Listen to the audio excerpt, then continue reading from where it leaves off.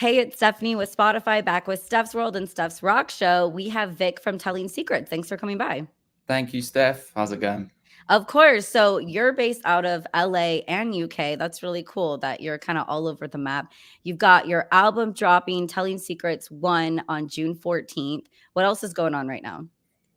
Oh man, we've been working on some music videos to kind of support the album. We've got a couple out already, but right now in this very moment, I'm just putting the final pieces together to direct the last music video that will be a part of the album, which I'm going to be directing and shooting. So just preparing Wow. that, and yeah, So so you're behind the camera and in front of the camera. well, not at the same time, but yeah, essentially, Yeah. You like to do the it's a new creative space. behind it as well, though. Like your ideas you Yeah, implement and put in. yeah. It's definitely a new space for me. I've done I've done editing of the music videos before, but this whole directing and sort of planning the whole thing, putting the treatment together and stuff, that's completely new. Yeah. And so growing up, did you always want to come to Hollywood or did you just randomly wind up in Hollywood? No, I knew that I wanted to be here. It's funny. I was really big on the TV show Drake and Josh. Okay. And like the character Drake, I was just like, this guy's pretty cool. He played guitar and he was popular and he was funny. Yeah. And I think that was based in San Diego, but like that's what sort of sparked the whole thing. So then, since then, I just anything to do with California or Los Angeles and music and, palm trees and stuff, I was just like, that's the place I have to be. Because it intrigues me. I grew up in California. Even though NorCal, I never thought of California. And then when I moved down to LA, it was all transplants from different areas. Yeah. And they let me know how lucky I was, how they growing up watched television shows and movies, and they always wanted to make it out to California. And I was Yeah. like, it's so expensive. We've got homeless, we've got issues. I mean, it's not perfect, Yeah. I mean, but it's still fun. It's magical. It's a magical area. yeah. It's definitely nice that, loads of people Do dream you of ever the go to the same place. rainbow? Oh, the rainbow. Yeah, absolutely. Yeah. It's I have a good friend who spends most of his life there. So That's what I did. whenever I walk in there for a drink or dinner, I'm just like, oh hi. Yeah, I literally would get off work and go to the Rainbow every night in my 20s, and I'd sit next to Lemmy, have a drink. I'd try to talk to him, he wouldn't talk back, but I would just, like, sit next to him and drink, and then I'd go inside to the inside bar and hang out there the rest of the night, but I miss that was my watering hole, and I felt like I knew everyone, and there was always someone famous on, like, a Monday or Tuesday night that would just roll in from an '80s rock band. It was so Yeah. fun. Yeah. I dig it. Yeah. I mean, the rainbow. See, that's another thing about here, Hollywood, California, whatever, that I don't think I had in the UK is, you walk into the rainbow and it's obviously all rock, like it bleeds rock. Yeah. I feel really at home at the rainbow. When I walk in there and Yeah. I kind of look around, it's like, oh, these are, my people. Yeah, yeah, I didn't feel judged, like, I could be a weirdo and wear my rock outfit, and it was just normal there. Yeah, Yeah. no, I agree. So Yeah. because your band is called Telling Secrets, and I saw you're actually telling secrets before the release, is there a secret you can tell on the podcast that you haven't released yet? Yeah, so it's a new concept that we're doing, the weekly ritual, which my honestly, it was a really good idea. My girlfriend came up with it and suggested it to me. I was like, yes, we have to do I that. love it. It's good But marketing. yeah, so my most current secret is that we're in really early talks about a US tour that we're putting together, Ooh, okay, which I'm really, okay. really excited about. And then to you know, tie that with other stuff going on. I'm working on some really, really exciting co-writes and recording projects with some bigger artists as well. So yeah, more on that really, really soon. But I haven't announced any of that yet. So you're the I first. read, you've worked with a lot of people, but one of them, Matt McAndrew, he's come Yeah, by the show a long time ago, and he's a sweetheart. He's really cool. yeah. He's the best. Yeah. He's he's got some credits on the album on a song called Lullaby. He did the bridge. He didn't perform it, but he wrote the bridge. And yeah, we've done a couple of things together. But yeah, he's great. one of the best dudes I know. How did you guys meet? So during the and here's another secret. Yeah. So, Okay. Good. More so during secret. the pandemic or COVID or whatever, Yeah. I was in Manchester in England, and I thought it would be a good idea to take vocal lessons. And I saw on his story that he was offering um, vocal lessons through Zoom. So I hit him up, Wow. That's a neat idea.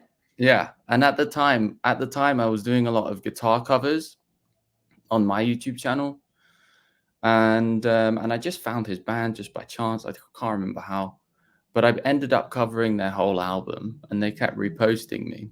And so we kind of connected, and yeah, it was just through him putting up a story saying, "Hey, I'm offering lessons," and then we got together, and then the lessons turned into collaborations and writes and stuff. So then when I finally got the chance to come out here, he picked me up from the airport, put me up for a few Oh nights. my goodness. You guys So really vibed. yeah, Like, so yeah. he's the best. He's the best. I'll be real, like doing some interviews, that's how I've got to model back in the day on some albums is just, when you talk to someone and you're like, "Oh, what do you do? This is cool. Let's cross promote and do artistic projects together." So Yeah, sometimes just coming into contact with someone, you realize, "Oh, we would be a good fit to do something together." yeah, for sure. Yeah, and Okay, I have a secret. Can I tell my secret? please. When I was 14 and I met Weird Al Yankovic on TV on the Donnie Marie show, I handed him a blue diary, my diary about him, and I haven't told anybody what was in it, but I actually described how I wanted to marry him and I wanted to do all these crazy things to him that I didn't even know what they were. I read them in magazines because I was 14. But yeah, I gave Weird Al like a 200-page diary of how I was in love with him. And I'm Wow. still embarrassed to this day that I did that. Did you ever get confirmation of whether he read it or not? If it's I 200 I pages didn't, but long? get how funny, like, or weird this is, I guess. And so I backup danced for him after this a year later. And when I saw him, I was mortified and we didn't talk about it or bring it up. Then I hung out with him in Austin, Texas, like 10 years later backstage, and he shared his cake with me because it was like around his birthday, and we didn't bring it up. So I don't know if he read it, but also I was underage when I literally was coming on to Weird Al Yankovic. So that's just like, that is my creepy secret it's now not a secret, but Well, it's out there now. it is. It is. So what are you mostly excited for next for telling secrets? I want to see the reception towards the album. I I started. I made a start on the next batch of songs and album 2, but mainly I really want to see the reception and what artists it gets compared to in terms of just sonically. You know what I mean? Yeah. When Yeah. artists get described and they go, "Oh, you sound a little bit like Bad Omens or Bring Me the Horizon or whatever." Like I want to see I what could see both of space those. Yeah. I I want to dug it. see what space we get put into by people. Yeah.